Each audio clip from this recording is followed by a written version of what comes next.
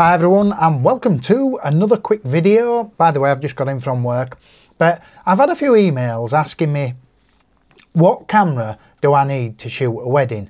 Now this is going to be quite an hard answer, but I'm going to rant on for a few minutes. I don't know how long it'll be, just to give you my take on it. Now I know everybody's going to have a different take and everybody will want to shoot a wedding with what they'll want to shoot a wedding on.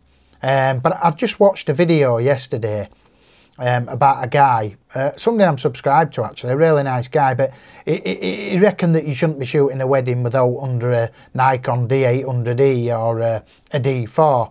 But I'll say to you now straight off the bat, that is absolute bullshit, right? People have been doing wedding photography, myself, I haven't been doing it years, but what I'm saying is people have been doing weddings for years, and they've used cameras that were 10-year-old, 20-year-old, well, let's say 100-year-old, but let's just say 10 years old for the sake of the video.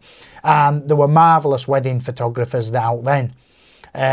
So where are people getting off now saying that you can't use certain cameras? I mean, one of the cameras he mentioned was a Nikon D7-100. He reckoned that you shouldn't use that, or you shouldn't use a 70D, or you shouldn't use this, and that's just bullshit. That is proper bullshit. Please don't listen to these people. They don't know what they're talking about. They really don't. They're just gearheads, and they're just really wasting your time by watching the video. You do not need, I will say it again, you do not need them cameras to shoot a wedding, right?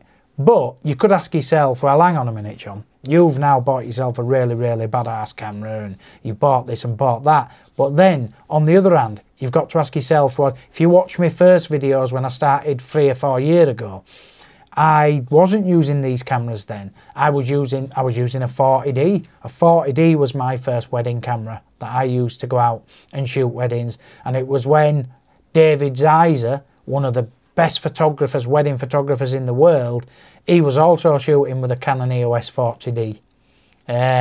So there's an example. If you go put a 40D image, like an ISO 1600, 3200 image against some of these 70D, 60D, D7100, D7000, honest to God, the 40D will get hurt plenty. Do you know what I mean? It'll look like a bag of bollocks next to it.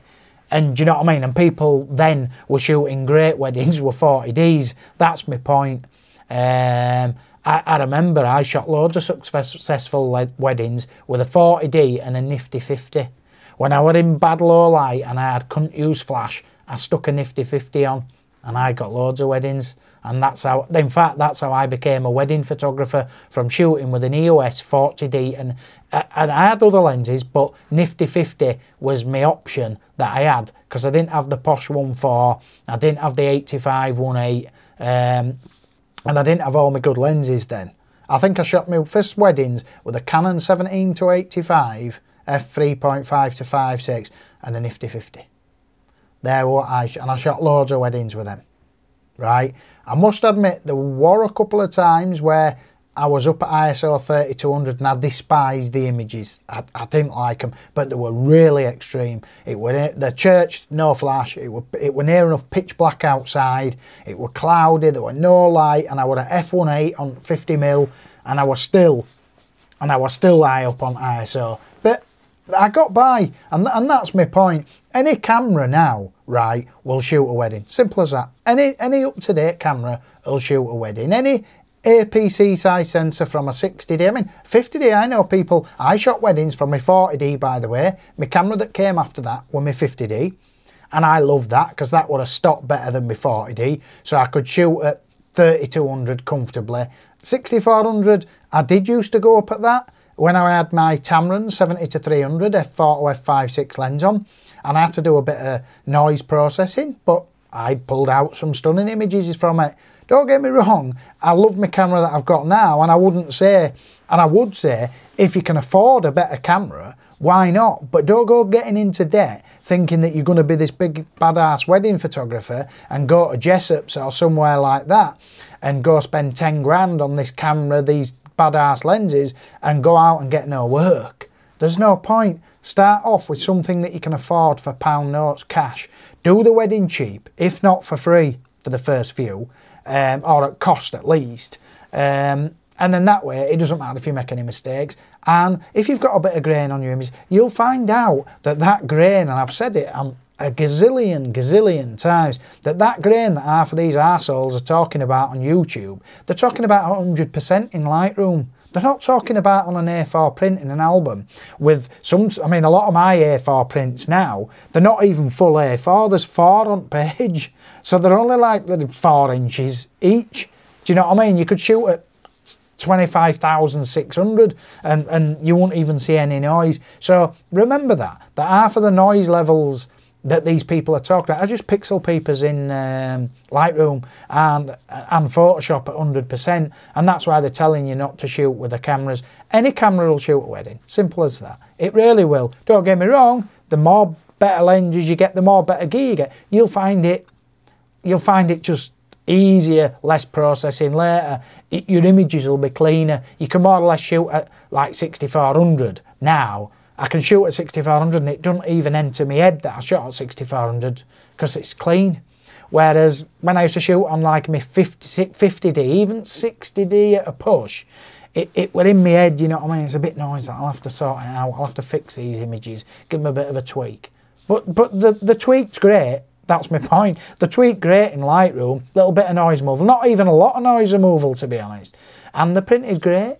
And that's all I can say. So any wedding, any wedding, you can shoot any wedding with any camera. But again, it will depend on your price. Do you know what I mean? If you're going to charge really good money for shooting this wedding, then you need to really take really good gear. So there's a tip for you. Charge accordingly. So if you haven't got the most badassest camera in the world and the most badassest lenses, then don't charge badass prices. Just charge what you're worth, what you can afford and what you're taking to the table. And then if you like it and you did a good job, then upgrade and do another one. And then upgrade and do another one. Tell the client, say, look, I ain't got the best camera in the world, so some of your images might have a little bit of grain on them. But you know, and you'll find out a client that ain't got very much money, will go, that's no worries. I can't afford £2 to go get John, so I'll use you. You know what I mean? And that's just how it works, and you'll get the work still. And you can just, then you can get a bit of money, because it don't cost you no, it's only manpower to go do it, and your album and your prints, which don't cost very much at all. Well, they do cost, but you make sure you charge for that.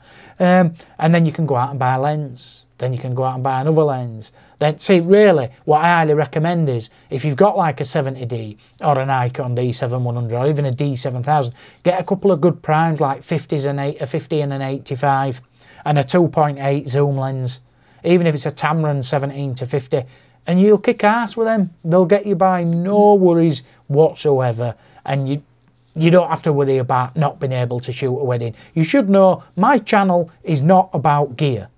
I am not about gear in any shape or form, even though now I do have quite good gear, but I have been doing it a long time and I've progressed to that good gear, which you'll know if you've been with me for a while on my subscribe to my YouTube, and I haven't gone snotty, and I'll never will go snotty, and I'll never put anybody down for asking a question that don't know what they're doing.